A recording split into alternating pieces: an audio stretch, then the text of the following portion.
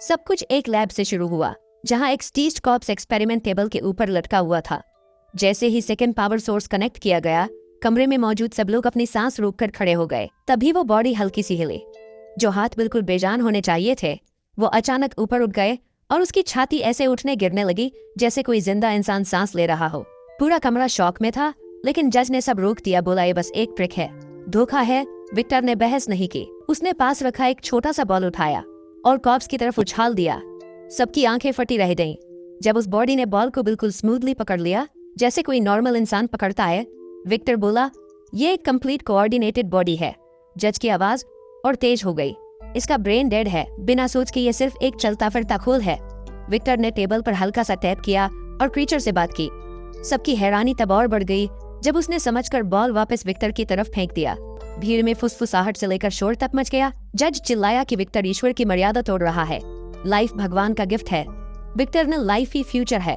Audience में बैठा एक टर्मिनली इल आदमी, हॉलैंड, ये सब बड़ी गौर से देख रहा था और उसके दिमाग में एक खतरनाक लेकिन बोल्ड आइडिया आकार ले रहा था। बाद में वो विक्टर के पास आया, उसके दूर के भाई विलियम का लेटर लेकर। विलियम की फियांसी एलिजाबेथ असल में हॉलैंड की नीस थी, इसलिए बातचीत अचानक थोड़ी पर्सनल लगने लगी।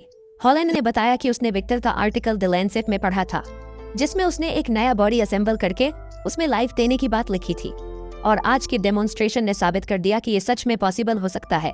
उसने विक्टर को अपने घर बुलाया, जहां उसने कुछ ऐसा दिखाया जिसने विक्टर को चुप कर दिया। एक पूरा ह्यूमन लिम्फेटिक सिस्टम बहुत ही सफाई से निकाला गया। एक विशाल लकड़ी के बोर्ड पर माउंटेड हर वेसल और नर्व बिल्कुल साफ साफ दिखाई दे रहे थे, जैसे किसी बड़े मेडिकल कॉलेज की रेयर डिस्प्ले हो। विक्टर समझ गया, यही वो मिसिंग पीस था जिसकी उसे तलाश थी। हॉलैंड ने पूरा फाइनेंशियल सपोर्ट देने का वादा किया, बस एक शर्त पर, वो एक्सपेरिमेंट को ऑब्जर्व और रिकॉर्ड करेगा। जल्द ही विक्टर को समुद्र किनारे एक पुराना किला मिल गया, जहां उसने बैटरिया, सिल्वर लाइटनिंग रॉड्स, एक खास सिल्वर ऑपरेटिंग टेबल जिस पर लिम्फेटिक नोड्स मार्क थे, और एग्जीक्यूशंस के बाद मिले फ्रेशली स्टीच्ड बॉडीज इकट्ठा किए। एक रात अचानक आई इंस्पिरेशन के दौरान, जैसे ही उसने इलेक्ट्रोड्स को लिम्फेटिक सिस्टम के ऊपर मूव किया, बॉडी ने तुरंत रिएक्शन दिया। उसी पल विक्टर समझ गया, उसने लाइफ का सीक्रेट खोज लिया है। फिर एक भयानक तूफानी रात में बिजली आसमान से गिरी, पावर सर्ज हुआ और उसी चमक के बीच क्रीचर का जन्म हुआ। हॉलैंड गिड़गिड़ाया कि विक्टर इस एक्सपेरिमेंट से उसकी जान बचा ले, लेकिन विक्टर ने साफ मना कर दिया। रिस्क बहुत बड़ा था। किले की ऊंची मीनार पर हुई धक्का मुक्की में हॉलैंड नीचे गिर गया और उसकी वही मौत हो गई। उस पल के बाद से सब कुछ धीरे धीरे एक दर्दनाक ट्रेजेडी में बदलता चला गया। मीनार के सबसे ऊपर लाइटनिंग रॉड जगह पर लॉक हो गई। स्विच दबाया गया और रॉड सीधा उठकर नीचे रखी बॉडी के ठीक ऊपर आकर सेट हो गई। अब बस इंतजार था। तभी अचानक आसमान जैसे फट गया। जैसे ही बिजली सीधे रॉड पर गिरी, एक तेज सफेद रोशनी ने सब कुछ निगल लिया। बिजली सिल्वर वायर से गरजती हुई नीचे आई, हॉल में दौड़ी और क्रीचर के सीने में लगे बैटरियों में ऐसे भर गई जैसे समुद्र की लहर टकरा रही हो। जब बैटरियां पूरी भर गई तो करंट और अंदर घुसा। ब्लड वेसल्स में दौड़ता हुआ हर नर्व सेल को जगा गया और फिर अचानक सब शांत। विक्टर भागकर आगे आया। उसने अपना कान क्रीचर के सीने पर लगाया। कोई हार्ट बीट नहीं, वो टूट गया। उसने ठंडी बॉडी पर बार बार मुक्के मारे जब तक उसमें ताकत ही नहीं बची। थका हुआ, बिखरा हुआ, वो अपने बिस्तर पर गिर पड़ा और गहरी नींद में चला गया, सपना देखते हुए कि उसके बचपन का एंजल फिर से जिंदा हो गया है। जब उसकी आंख खुली, उसके बिस्तर के पास एक साया खड़ा था। वही बॉडी। डर से उसका शरीर जम गया, लेकिन फिर उसने गौर किया कि वो उसे कॉपी कर रही है। हाथ उठाना, सिर घुमाना, पलक झपकाना, वो तेजी से सीख रही थी। विक्टर ने पर्दे हटाए, धूप कमरे में भर गई और क्रीचर पीछे हट गया, अपना चेहरा ढकते हुए।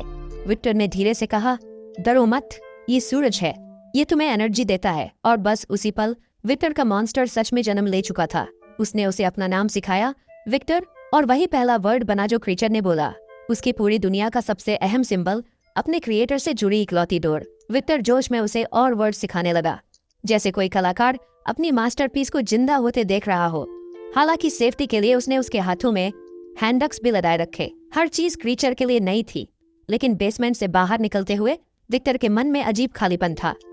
वो सफल हो गया था, लेकिन अब आगे क्या? हफ्ते बीत गए, क्रीचर और मजबूत होता गया और विक्टर को लगा कि उसके पास सिखाने के लिए वर्ड्स कम पड़ रहे हैं। जब उसने उसे शीशे में उसका रिफ्लेक्शन दिखाया तो उसने पहली बार अपना स्टीच्ड बदसूरत चेहरा देखा। तभी दरवाजे पर दस्तक हुई।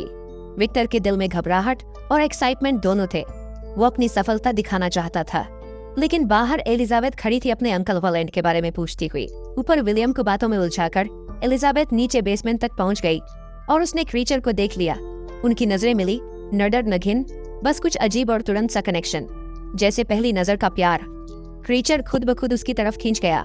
एलिजाबेथ ने कहा उसे जंजीरों में नहीं बांधना चाहिए, और उसी रात वो एक लैंटर्न लेकर वापस आई। अपनी क्यूरियोसिटी रोक नहीं पाई। क्रीचर ने दूसरा वर्ड सीखा। विक्टर बेचैन और जलन से भर गया। उसने जंजीरें और कस दी और उसे मॉन्स्टर कहकर चढ़ाया। गुस्से और दर्द में क्रीचर ने लोहे की छड़ मोड़ दी और बार बार विक्टर का नाम चिल्लाने लगा। डरा हुआ विक्टर ने एलिजाबेथ को दूर भेज दिया और पूरे किले में फ्यूल फैला दिया। उसने कहा कुछ अच्छा बोलो, शायद मैं तुम्हें जिंदा छोड़ दूं। लेकिन क्रीचर ने बस एक ऐसा नाम फुसफुसाया जिसे विक्टर सुनना नहीं चाहता था। विक्टर ने माचिस जला दी। आग तेजी से फैल गई। बेसमेंट में बंद क्रीचर विक्टर का नाम चीख रहा था, गुस्से में नहीं, मदद की भीख मांगते हुए। विक्टर रुक गया, पलटा, लेकिन जैसे ही उसने दरवाजा खोला पूरा किला धमाके से उड़ गया। धमाके ने उसे कई फुट दूर फेंक दिया और उसका पैर उड़ा दिया। किला मलबे में बदल गया। आग और पत्थरों के नीचे फंसा क्रीचर अपनी जंजीरें तोड़कर सीवर के रास्ते भाग निकला। ठीक उससे पहले कि सब राख हो जाए, वो समुद्र में गिरा और बाद में किनारे पर जागा। वो एक अनजान जंगल की तरफ चल पड़ा। वहां पहली बार उसने एक हिरन को आराम से पत्ते खाते देखा। उसने उस पर हमला नहीं किया। वो धीरे से उसके पास लेट गया और उसकी नकल करते हुए खुद भी पत्ते चखने लगा। हिरन ने उसे बिना डर के देखा। इस दुनिया में पहली बार उसे शांति महसूस हुई। लेकिन तभी गोली की आवाज ने सब तोड़ दिया। दो आदमी उसकी तरफ बंदूक ताने खड़े थे, उसके चेहरे से डरे हुए। गोलियां उसे लगीं और वो जंगल में भाग गया। समझ नहीं पा रहा था कि पत्ते खाना गुनाह है, कैसे हो गया। बाद में ठंड और बारिश में भीगा हुआ वो एक छोड़े हुए घर में छिप गया। सुबह जब उसकी आंख खुली, उसने वही शिकारी बाहर देखे और उनके साथ एक सफेद बालों वाला ब्लाइंड बूढ़ा आदमी जो अपनी छोटी पोती के साथ प्यार से खेल रहा था। तस्वीरों के जरिए उसे दुनिया समझा रहा था। क्रीचर चुपचाप सुनता रहा, सीखता रहा और उसके दिल में एक उम्मीद जगी, शायद वो भी कभी ऐसे किसी फैमिली का हिस्सा बन सकता है। शायद उसे भी कभी काइंडनेस मिल सके। अगली सुबह जब परिवार उठा तो दरवाजे के बाहर सलीके से जमा की हुई लकड़ियों का इतना बड़ा ढेर पड़ा था कि पूरी सर्दी निकल जाए। बूढ़े आदमी ने हैरानी से मुस्कुराकर कहा, लगता है कोई जंगल का देवता हमारी मदद कर रहा है। दूर छिपकर मॉन्स्टर उनके खुश चेहरे देख रहा था और उसके अंदर कुछ नया सा उगरा। तो किसी की मदद करने से ऐसा फील होता है। उसके बाद हर रात वो चुपके चुपके उनके लिए काम करने लगा, यहाँ तक कि अपनी जबरदस्त ताकत से किसानों के लिए एक बड़ा नया खलिहान बना दिया और उनकी जमीन भी बढ़ा दी। परिवार दिल से उस फॉरेस्ट स्पिरिट का शुक्रिया अदा करता रहा। लेकिन ये सुकून ज्यादा दिन नहीं चला। एक दिन भूखे भेड़ियों का झुंड उनकी भेड़ों पर टूट पड़ा। किसानों ने अपनी बंदूकों से मुकाबला किया। गोलियों की आवाज खेतों में गूंजती रही जब तक भेड़िए भाग नहीं गए। ये हिंसा देखकर मॉन्स्टर कांप उठा। उसे अपना शिकार होना याद आ गया और पुराना डर वापस लौट आया। भारी नुकसान के बाद परिवार ने बाकी भेड़ों को दूर के बाजार में बेचने का फैसला किया, बूढ़े आदमी को घर पर अकेला छोड़कर। आखिर मॉन्स्टर को पास आने का मौका मिला। सच तो ये था कि ब्लाइंड बूढ़ा पहले ही उसकी मौजूदगी महसूस कर चुका था। आंखें ना होने से उसके बाकी एहसास और तेज हो गए थे। उसने हाथ बढ़ाकर धीरे से मॉन्स्टर का चेहरा छुआ, जैसे उसके अंदर छिपे डर को पड़ रहा हो। मॉन्स्टर ने हल्की सी आवाज निकाली। बूढ़ा मुस्कुराया, मैं तुम्हारी अच्छाई महसूस कर सकता हूँ। उसी दिन से दोनों दोस्त बन गए। बूढ़ा उसे कहानियां सुनाता, नए वर्ड सिखाता और दुनिया की खूबसूरती के बारे में बताता। पहली बार मॉन्स्टर को जिंदा होने का फील हुआ, लेकिन समय के साथ उसके मन में सवाल उठने लगे। वो कौन है, क्यों बना है? बूढ़े के नरम सवालों ने उसकी यादें जगाईं और वो जले हुए केसल के खंडहरों तक लौट गया। टूटे पत्थरों के बीच उसे पीले पड़े मैन्यूस्क्रिप्ट्स मिले जिनमें डरावनी सच्चाई लिखी थी। वो कोई असली इंसान नहीं, बस स्टिच टुगेदर क्रिएशन है। आखिरी पन्ने पर विक्टर की फोटो थी, वही आदमी जिसने उसे बनाया था। उसी पल से विक्टर को ढूंढना ही उसकी जिंदगी का मकसद बन गया। जब वो फोटो लेकर फार्म हाउस लौटा, माहौल अजीब लगा। अंदर भागकर देखा तो भेड़िए फिर बूढ़े पर हमला कर रहे थे। गुस्से में उसने अपनी ताकत से कई भेड़िए मार गिराए, बाकी को भगा दिया। वो बूढ़े के पास घुटनों के बल बैठ गया और सब कुछ बता दिया, अपनी सच्चाई, अपना डर, अपनी उलझन। बूढ़े ने कमजोर हाथ से उसका हाथ थामा, कुछ कहना चाहा, लेकिन उसकी सांस रुक गई। मॉन्स्टर पत्थर सा खड़ा रह गया। पहली बार उसने किसी अपने की मौत देखी थी। तभी परिवार लौट आया। चारों तरफ खून देखकर उन्होंने समझा मॉन्स्टर ने ही बूढ़े को मारा है और बिना सोचे फायरिंग शुरू कर दी। एक गोली उसके चेहरे में लगी। एक आदमी दरांती लेकर उस पर झपटा और घबराहट में मॉन्स्टर ने पलटकर वार किया। वो आदमी मर गया।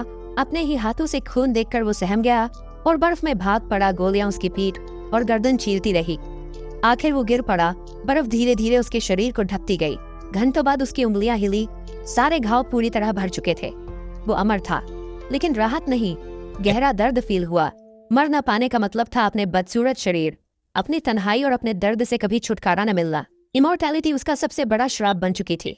उसे विक्टर को ढूंढना ही होगा, वही इसे खत्म कर सकता है। उधर विक्टर भी बचपन वाले एंजल के उसी डरावने सपने से परेशान था।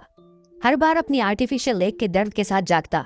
विलियम और एलिजाबेथ की शादी पास थी और विलियम ने प्यार से उसे आने की याद दिलाई। कभी उन्होंने उसकी जान बचाई थी और विक्टर सच में चाहता था कि उसका भाई खुश रहे। अपनी छड़ी के सहारे वो एलिजाबेथ के कमरे तक गया, सब कुछ के लिए माफी मांगना चाहता था, लेकिन उसने सख्ती से मना कर दिया। जैसे ही वो मुड़ा, पास के पर्दे हल्के से हिले। उसने दरवाजा बंद किया और खाली कमरे में बोल पड़ा। अंधेरे से मॉन्स्टर बाहर आया। विक्टर हैरान नहीं था, लेकिन उसे साफ बोलते सुनकर चौंक गया। मॉन्स्टर ने कहा कि उसके जैसा एक कंपेनियन बना दो। मैं अब अकेला नहीं रहना चाहता। विक्टर ने गुस्से में मना कर दिया, कहा लाइफ बनाना ही उसकी सबसे बड़ी गलती थी। मॉन्स्टर की आंखें सख्त हो गई। उसने विक्टर को उठाकर कमरे में फेंक दिया। धमाके की आवाज सुनकर एलिजाबेथ दौड़ती हुई आई। जैसे ही उसकी नजर मॉन्स्टर से मिली, वक्त थम सा गया। दोनों ऐसे गले मिले जैसे बरसों से बिछड़े हो। विक्टर लड़खड़ाते हुए उठा, बंदूक उठाई और शादी के मेहमान भी अंदर आ गए। विलियम और कुछ लोग मॉन्स्टर को पकड़ने की कोशिश करने लगे, लेकिन उसने सबको आसानी से हटा दिया। दुख से भरा मॉन्स्टर एलिजाबेथ को अपनी बाहों में उठाकर धीरे धीरे बाहर चला गया। सब लोग सदमे में देखते रह गए। विक्टर भागकर विलियम के पास गया। तभी उसे एहसास हुआ कि उसका भाई मर रहा है। उसने शॉटगन उठाई और खून के निशानों का पीछा करते हुए बर्फ में आगे बढ़ गया। विक्टर ने एलिजाबेथ को एक चट्टान पर चुपचाप पड़ा हुआ पाया। उसकी सांसें थम चुकी थी। उसी पल पीछे से मॉन्स्टर आया और उसे जमीन पर दबोच लिया ताकि वो हिल भी न सके। विक्टर गुस्से से दहाड़ा, हिम्मत है तो मार डाल मुझे। लेकिन मॉन्स्टर बस उसे देखता रहा, फिर मुड़कर धीरे धीरे चलता हुआ दूर जाने लगा।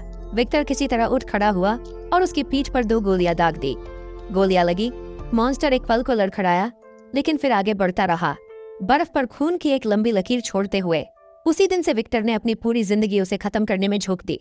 वक्त के साथ उसे समझ आ गया कि आम गोलियां बेकार हैं, इसलिए उसने अपनी सारी दौलत सबसे खतरनाक एक्सप्लोसिव्स खरीदने में लगा दी। एक शाम जब वो बर्फ में अकेला डेरा डाले बैठा था, उसने दूर एक साया देखा। मॉन्स्टर खुद उसके पास आ गया था। विक्टर तंबू में छिपकर बंदूक ताने बैठा रहा। जैसे ही एक हाथ अंदर आया, उसने ट्रिगर दबा दिया। गोली मॉन्स्टर की हथेली चीरती हुई निकल गई, लेकिन कुछ ही सेकंड में क्रीचर ने उसे पकड़ लिया और बर्फ पर घसीटता हुआ बाहर ले गया। उसने विक्टर से एक्सप्लोसिव्स छीन लिए और बोला, माचिस दे दो, नहीं तो मैं तुम्हें दुनिया के आखिरी छोर तक पीछा करूंगा। विक्टर के हाथ कांप रहे थे, फिर भी उसने माचिस दे दी। मॉन्स्टर ने एक्सप्लोसिव्स जला दिए और वहीं खड़ा रहा जबकि विक्टर अपनी जान बचाकर भागा। धमाका हुआ, उसका शरीर काला पड़ गया, लेकिन वो जिंदा था। उसने महसूस किया कि जला हुआ मांस फिर से उग रहा है, हड्डियां अपनी जगह लौट रही है। मौत उसे छू भी नहीं सकती थी। उसने सिर आसमान की तरफ उठाकर एक लंबी टूटी हुई चीख निकाली, दर्द और गुस्से से भरी, जो जमी हुई धरती पर गूंज उठी। उस आवाज ने पास के एक जहाज के कैप्टन और उसके क्रू को खींच लिया। उन्होंने बर्फ में घायल पड़े विक्टर को पाया और जहाज पर उठा लाए। जैसे जैसे मॉन्स्टर की दहाड़ पास आती गई, क्रू ने बंदूकें तान दी। गोलियां उस पर लदी पर कोई असर नहीं। वो जहाज पर चढ़ाया, विक्टर का नाम चिल्लाते हुए। तभी एक क्रू मेंबर ने उसके सीने पर शॉटगन दाग दी और उसे पीछे धकेल दिया। कैप्टन ने उसके पैरों के नीचे की बर्फ तोड़ दी और मॉन्स्टर जमा देने वाले पानी में गिर गया। सबको लगा वो खत्म हो गया, लेकिन थोड़ी देर बाद एक साया फिर बर्फ पर चढ़ता दिखा और जहाज की तरफ बढ़ने लगा। केबिन के अंदर विक्टर ने कैप्टन को पूरी कहानी सुना दी। जब मॉन्स्टर फिर लौटा, विक्टर की आंखों में नफरत नहीं थी। मॉन्स्टर ने भी अपनी कहानी कही, जंगल की बूढ़े आदमी की अपनी तन्हाई की। विक्टर ने धीमे से कहा, मुझे माफ कर दो। मॉन्स्टर पास आया, सिर झुकाया और उसके माथे पर किस किया।